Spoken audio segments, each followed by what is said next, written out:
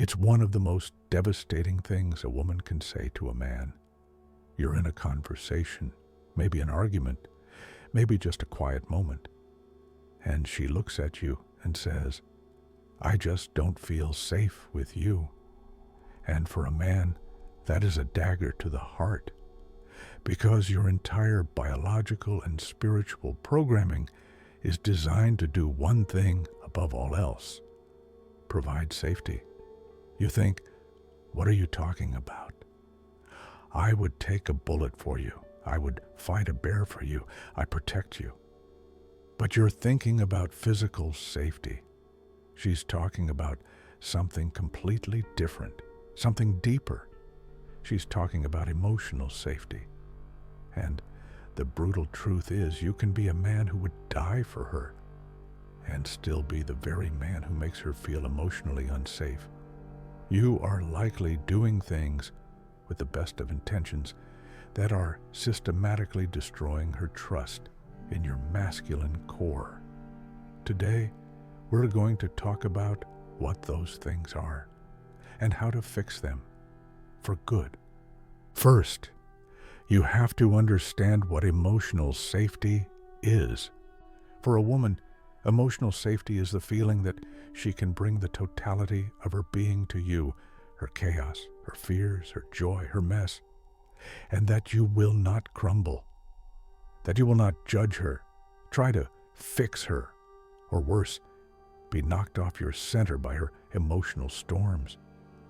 Emotional safety is an invisible container, a fortress.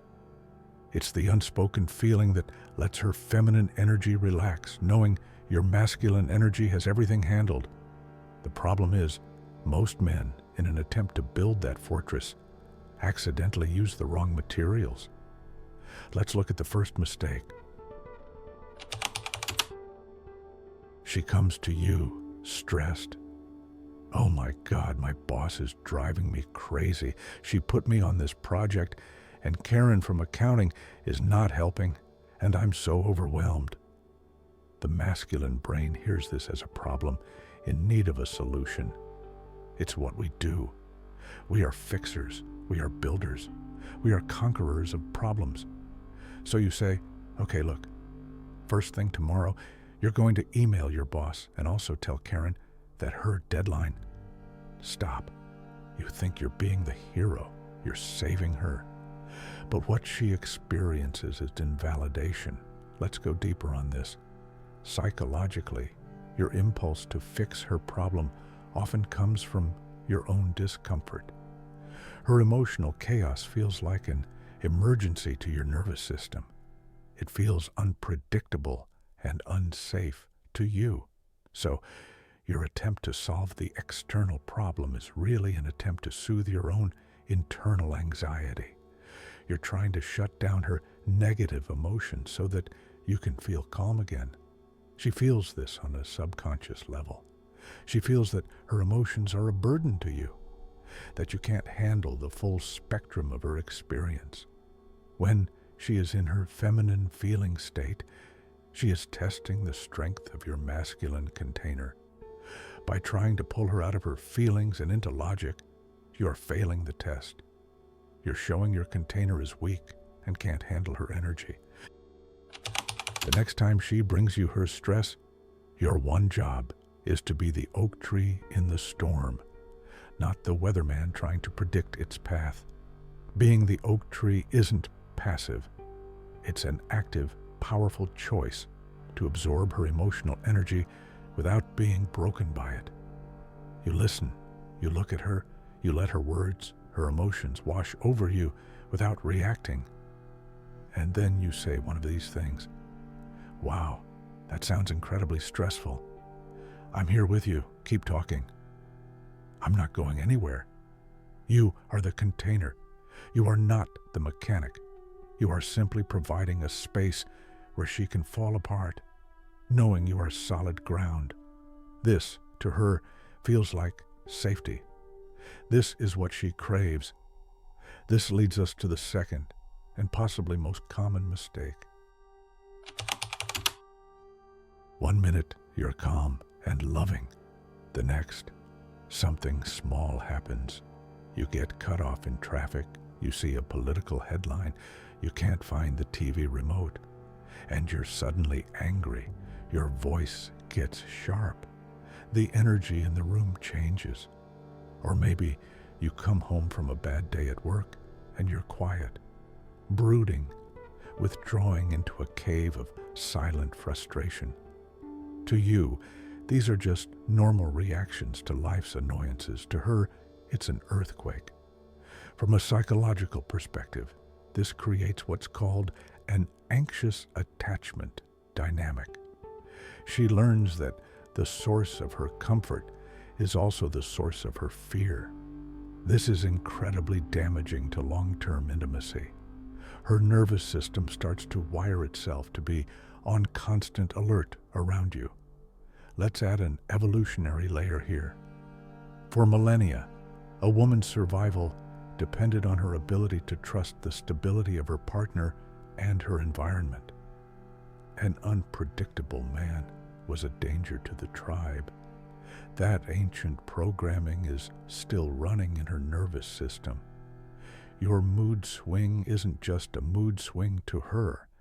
It's a primal threat signal that says, the world is not safe.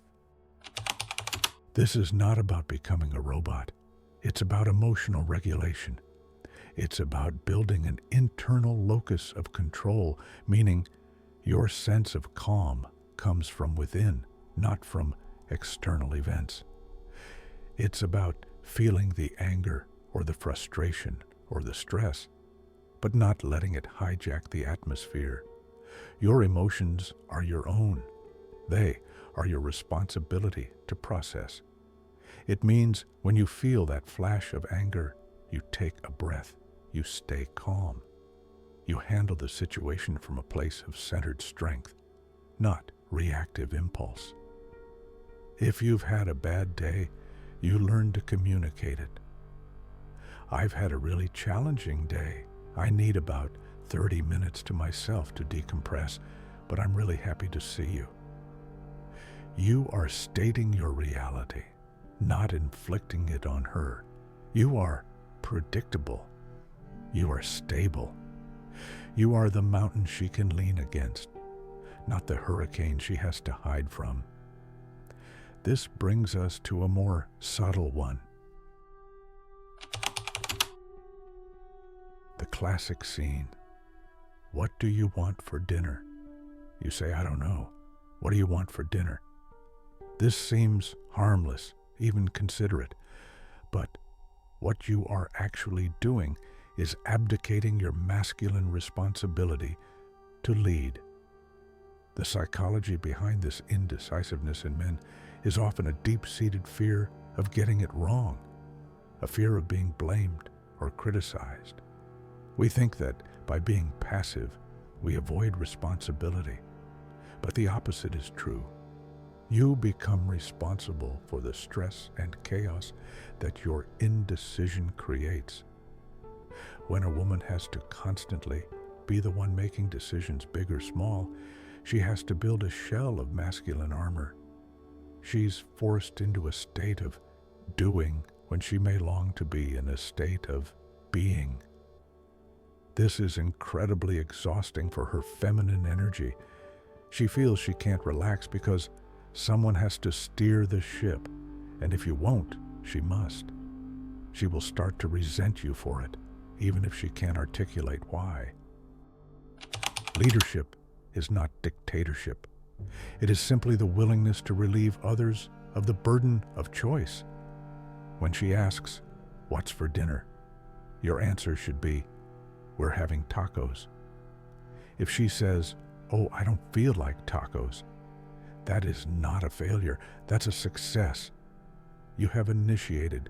You have provided a starting point. Okay, no tacos. How about that Italian place we like? She is not testing your ability to be a psychic. She is testing your willingness to lead. The direction matters less than the confidence of the vector. And finally, the most counterintuitive mistake of all. She asks you, "Do you want to go to my parents' house this weekend?" And your gut feeling is no.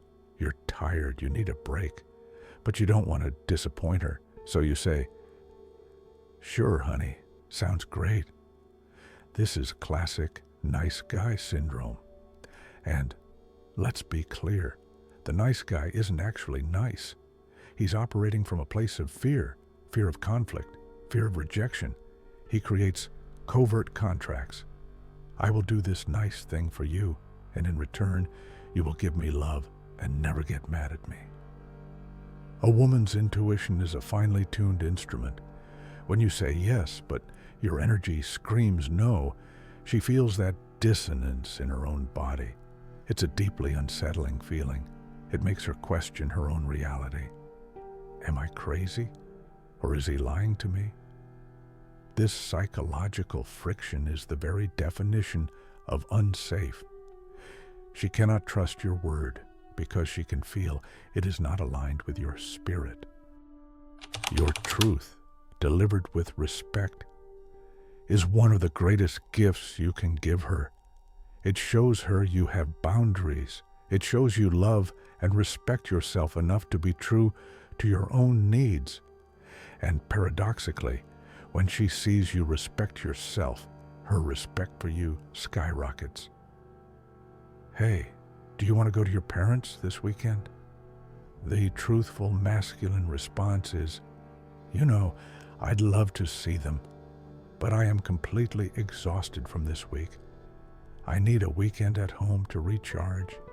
How about we go next weekend, and I'll be 100% present and fun to be around. You are not rejecting her. You are stating your needs. You are showing her that your yes is real because your no is also real. This is integrity. This is safety. So let's bring this all together. Emotional safety isn't about grand, heroic gestures. It's about the small, consistent moments. It's the quiet strength of your presence, not your frantic need to solve.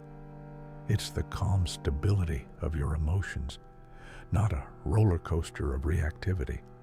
It's the confident clarity of your decisions, not the passive burden of indecision. And it's the unwavering integrity of your truth, not the weak comfort of a lie. This isn't just relationship advice. This is the fundamental work of becoming a psychologically integrated man. A man who is safe for himself is a man who will be safe for others. Build that fortress inside yourself first. The safety she feels will be the result.